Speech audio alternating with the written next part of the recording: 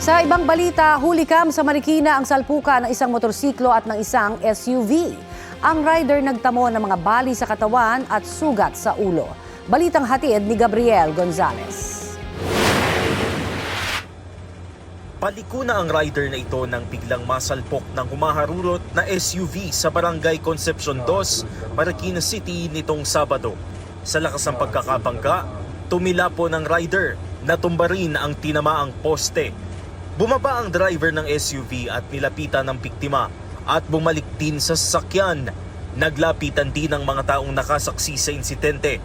Ayon sa Barangay Concepcion 2, agad nilang itinawag sa rescue ang insidente. Kinuha rin nila ang lisensya ng nakabanggang driver. Kailangan yung victim muna maitakbo, may salba. Yung authority, pababayan eh. Lalo paggabi, mabibilis talaga. Alam mo, accident, hindi natin masabi. Tumangging magpaunlak ng panayam ang mga kaanak ng biktima. Ang kanyang kapatid, sinabing nasa ICU ang biktima dahil sa tinamong mga bali sa katawan at sugat sa ulo. Masakit anya sa kanilang pamilya ang nangyari sa kapatid.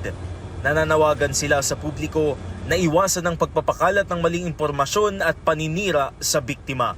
Hindi pa nagbibigay ng pahayag ang pulisya habang patuloy pa ang kanilang investigasyon. Naharap sa reklamong reckless imprudence resulting in physical injury and damage to property ang suspect na nasa kustodiya na ng Marikina City Police. Sinisikap pa siyang kunan ng pahayag. Gabriel Gonzalez, nagbabalita para sa GMA News.